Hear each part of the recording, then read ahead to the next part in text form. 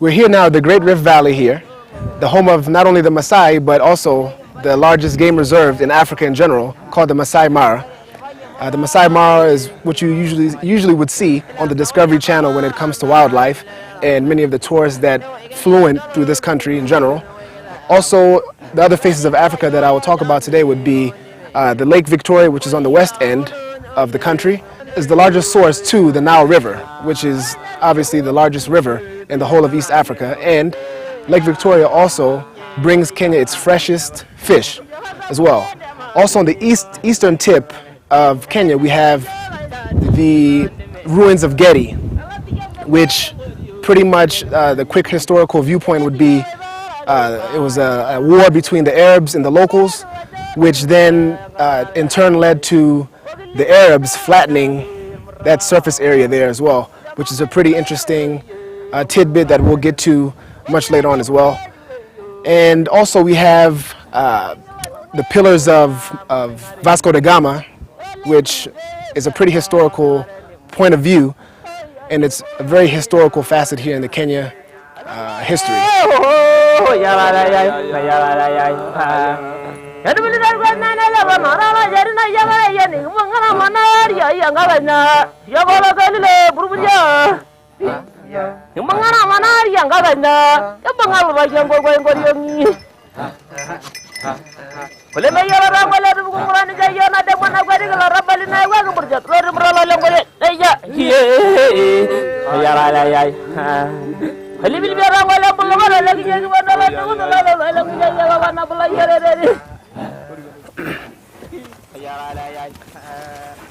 As you can see here, this is a Masai Manyata, which generally houses Masais all through southern Kenya, all the way through Tanzania. And Mr. Jackson here will help me further explain more on the Manyata here. So as you can see, this is a traditional Masai Manyata. This house is situated right at the center of a bigger compound, fenced with a traditional thatch and a lot of shrubs. As you can see, this Manyata here, it has been built with cow dung and sticks and grass. And this house here has got several rooms inside, as you can see. We have a bigger room for the father, and we have another room, sleeping room for the father and a sleeping room for the mother. And also we have another smaller room where the Maasai keep their small calves and the sheep and the goats here. And each and every room here has got a small window, very small window, for purposes of ventilation. And as you can see, this house here, it has been temporarily built. Why? Because the Maasai move from one place to another in search of grass and pastures for their animals, so they don't sit in a permanent place altogether. Okay. They move up and down. Any question? Yes. Now, what do they use to cover themselves when they sleep on their bed? On their beds, they have skins for their animals, dry skin. When they slaughter animals, they go and dry their skins in the sun. Okay. They bring the skins and put them over their beds there. Okay. And the mother sleeps in the smaller bed, the father sleeps in the bigger bed. Also, they sleep with their kids there. The mother sleeps with the small girls in her bed, and the father sleeps with the small boys in his bed. Now, when the boys and the girls become big, when they grow big, they now move to another Manyata, another house built for them just outside the house, the Manyata for the parents. Okay. And you might want to explain to the audience here what that signifies when they move from one Manyata to the other. Is that a form of adulthood?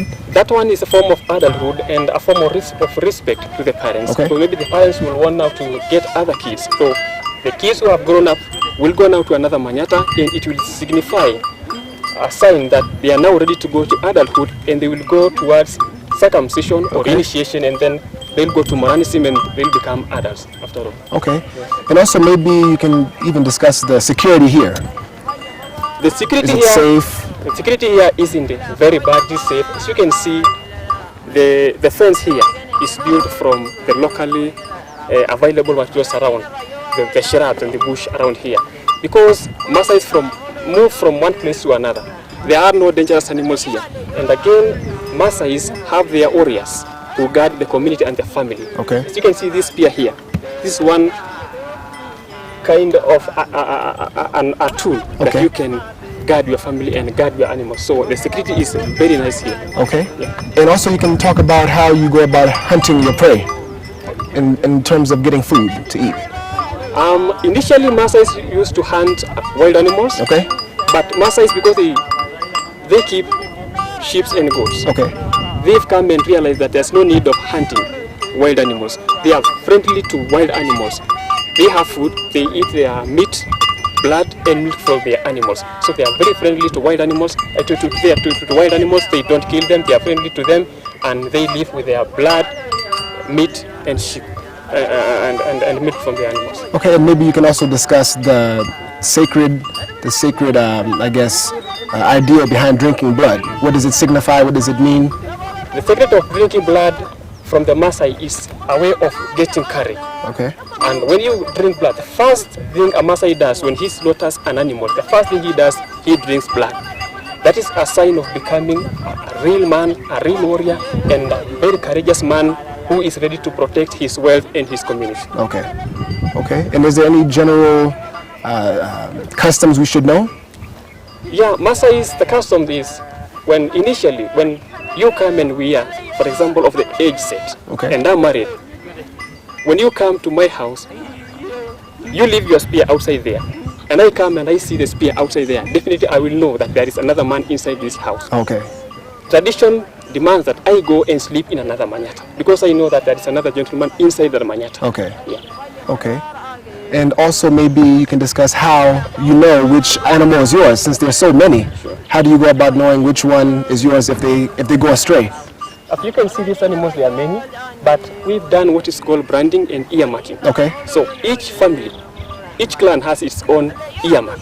You can mark the ears of your animals, so when you go and mix it with other animals outside there, you can easily locate your animal. Okay. So there is no way your animals can get lost, even if they mix with other animals out there. Okay. And maybe you can discuss how you go about selling produce, the milk and other items. Initially, Maasais did not know the idea of selling produce, milk, or even selling their animals. But of late, they've come, and because of economic activities coming up and a lot of development issues coming up, they've come and realized that they can do a lot with their products from their animals. So they are selling skins, they are selling They're curios. They are also selling milk from their animals, Okay. and also they are taking their animals to their markets. Okay. And now they've even become more technologically advanced as they even go off to Nairobi and sell their products. Oh yes. Maybe you can explain a little bit about that. Yeah, of late they are taking their animals to Nairobi. They are looking for markets, and also the mothers of the Maasai, the women, come down and they come down and do the beading Okay. of their beadworks Okay. at home. They go and sell them in markets. Okay. And the men also go and sell their animals in bigger markets. Okay. They go and do slaughtering of animals, and they take their meat to up markets like Nairobi. Okay. And in a rural area like this, how does childbirth go about? With no hospitals nearby. In a rural area like this that has no hospitals nearby, we have midwives who Okay. work and help mothers who are getting birth here. Okay. But in some special cases where mothers get a lot of hard time when giving birth, they go and get vehicles.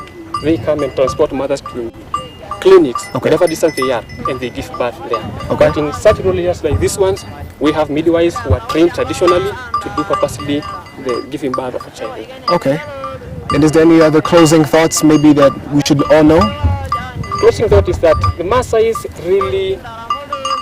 are really tied to their culture. Okay. Such that even if you go elsewhere, you still, when you go back to the Manyata, you have to live like a traditional Maasai. Okay. You have to tell people that we really love our culture. No matter where you go, no matter where you live, you still have to go and live inside Exactly. a Manyata, like a traditional Maasai warrior. Exactly. Well, I believe that's a wrap now for today's segment.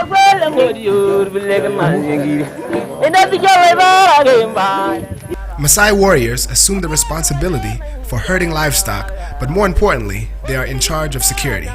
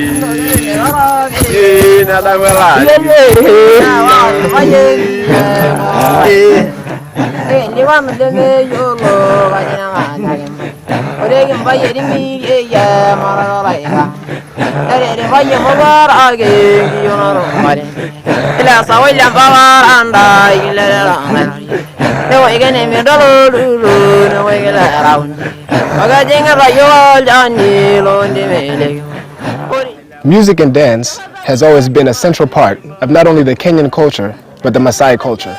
As you see here in the footage, I joined them in their customary dancing routine, and now we will be explained by one of the Maasais what each song entails, what they mean, and how they go about their preparation for performing such dance and music. I'll be joined here by Simon Olekerea, and he will explain further what the dancing means in his custom and how they go about the preparation of it.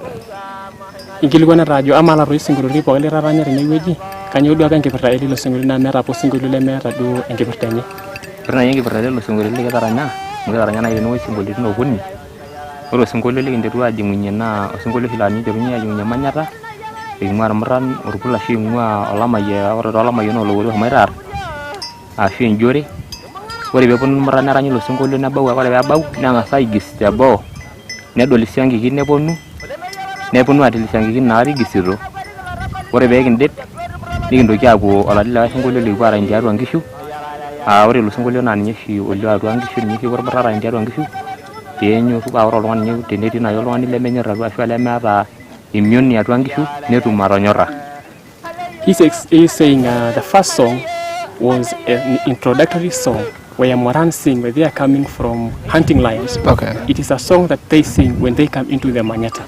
Also, it's a song which attracts ladies inside the Manyata to come and join the Morans. Okay. So that was the meaning of the first song. And the second song was a song meaning they sang about cows. Okay. And he was saying that that second song was meaning, they were singing to explain to the people that they really love their cows. Oh. And they also, again, trying to tell women to join them to dance and also to love cows. Okay. So again, it goes to show that the cow is the most sacred and most worshipped item in the Maasai community. Kingira rai kiliwan ajo amana ipira ranyelo singolio na rai ipirta sia yonkishu kitodolu ajo ke amankishu kana tepat oleng tiatua Maasai. Ore nkishu na netipat oleng tiatua Maasai. Ore nkishu na ninche endaa ninche yiok ninche kipuo anya tenipurpul na enoshi peyie epuo irmurran empurra apuo apur nkishu apa peepuo irmurran empurra apuo apur nkishu na ore nai paakiranyita ilo singolio ekirany oshi osingolio ore ormurran lemeeta nkishu nelo adake inoolong aing'oru. He is saying cows are very much sacred in the Maasai culture. And he was saying Maasais believe that all cows and cattle in the world belongs to them. And that's why they are stressing so much on cows. And they sang that song so that if there is any Moran there who does not have any cow, he should go, even if it means going and stealing cows from outside, come and let that cow belong to him. Okay. So then stealing then is okay then in this custom.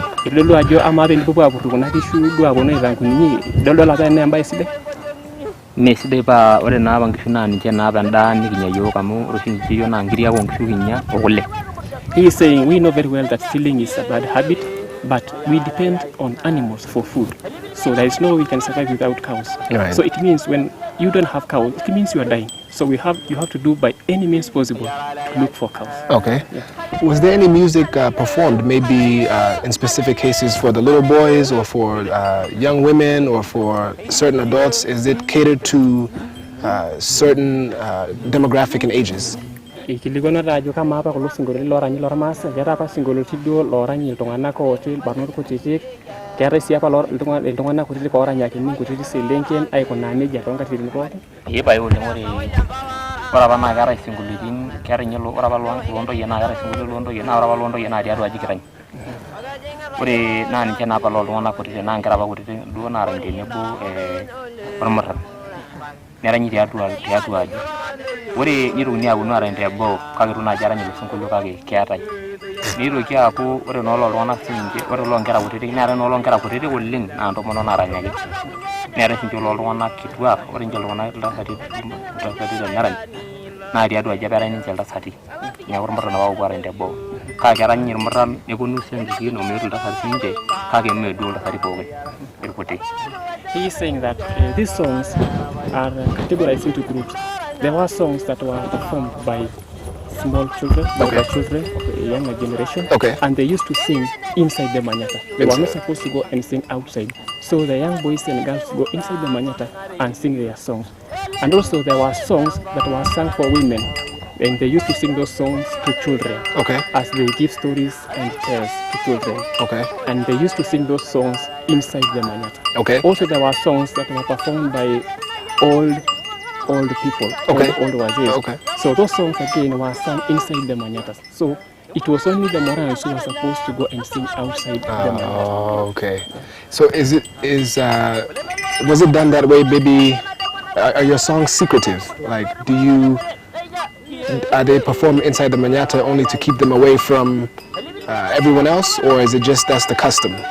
Ejiro kanya dua papa tiatua ke ngai ko yaran kulo singoloti keti dua panto lina kunyi do be mi jelo tebo. Metii ntokitin kake ore apa inakata naa ore ile opuo nkera arany kulo tung'anak ooti aantoyie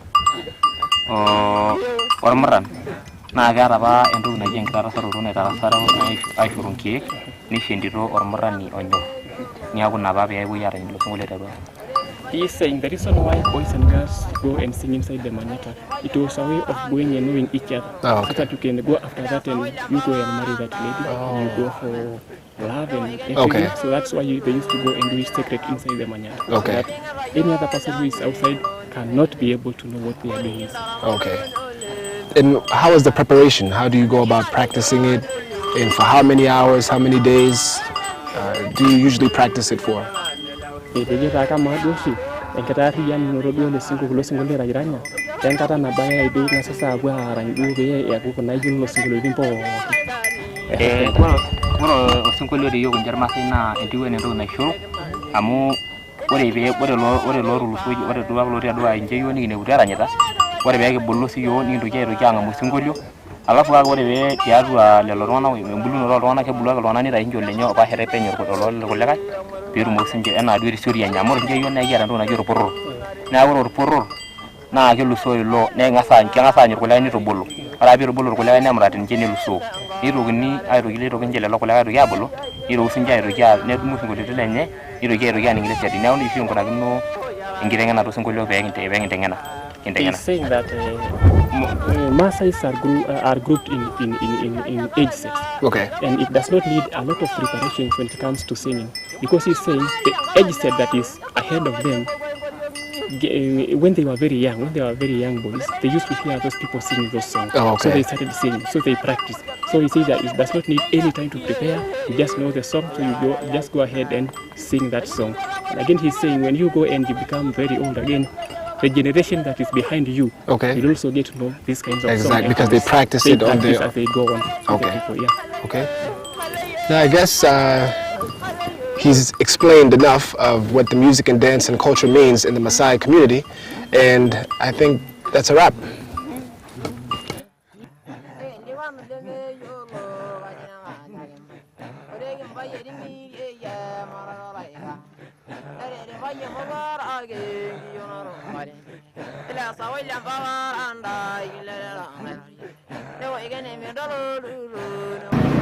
We are now here at the Wakulima market right behind me here, and as you can see, it's highly populated with a lot of people. Now, the significance of this is that fresh produce is brought here from trucks coming from upcountry from 3 a.m. to dawn. This market feeds 4 million people daily, and the significance of it is that it's the largest in the entire East Africa region.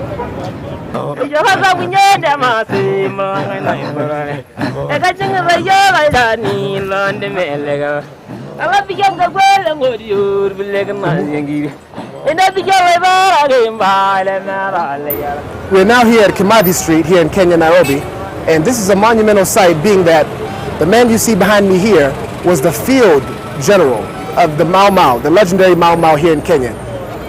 He was hated by the British, and he also hated the British, but the premise behind it all was because of Kenya's independence, and that is what he was fighting for at the time. They wanted to seize land, and he was opposed to them seizing land and independence, and that led to the British now taking over and killing Mr. General Kimathi.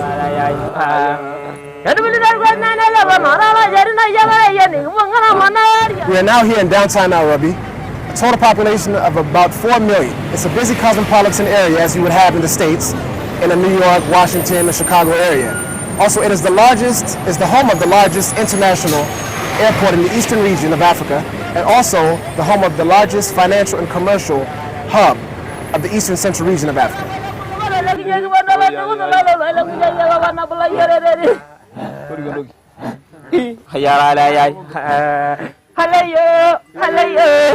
We're here now, as you can see, overlooking Nairobi, the famed Uhuru National Park. Uhuru in Kiswahili meaning independence and freedom. Now, as you can imagine, there are many historical and ceremonial events that get taken place here. You have presidential speakings, you have celebratory dances, and all sorts of good family-oriented affairs go on here at the famed Uhuru National Park, and that's what makes it one of Kenya's famed locations.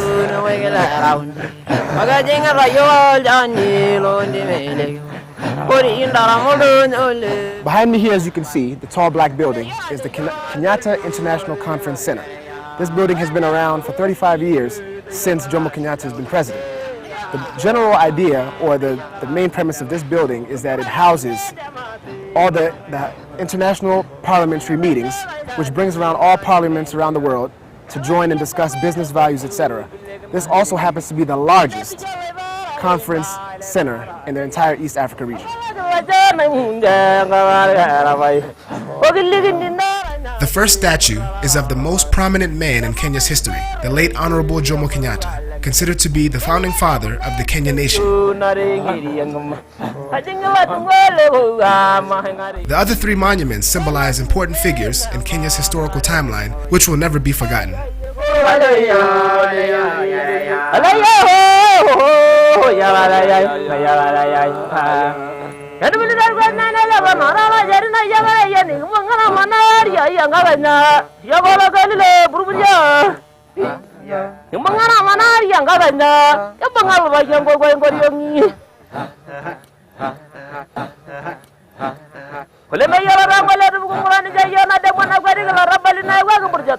I'm here at the 2010 satellite practice grounds of the FIFA Soccer World Cup final here in Kasarani Stadium, Nairobi, Kenya.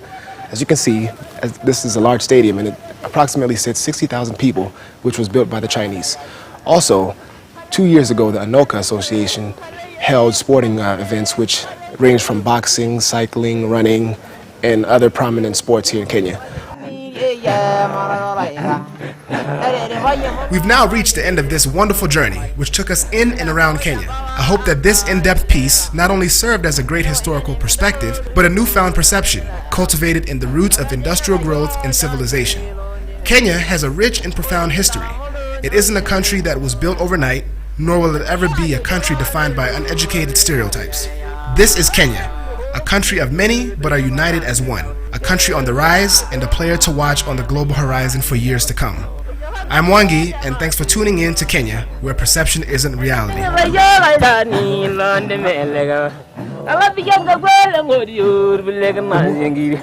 ina tiga wala gemba le na le ya abala ga wajana munde ngara bai ogilli gindi nara na ke murara ba jama mai ni zaro ye amaru alangere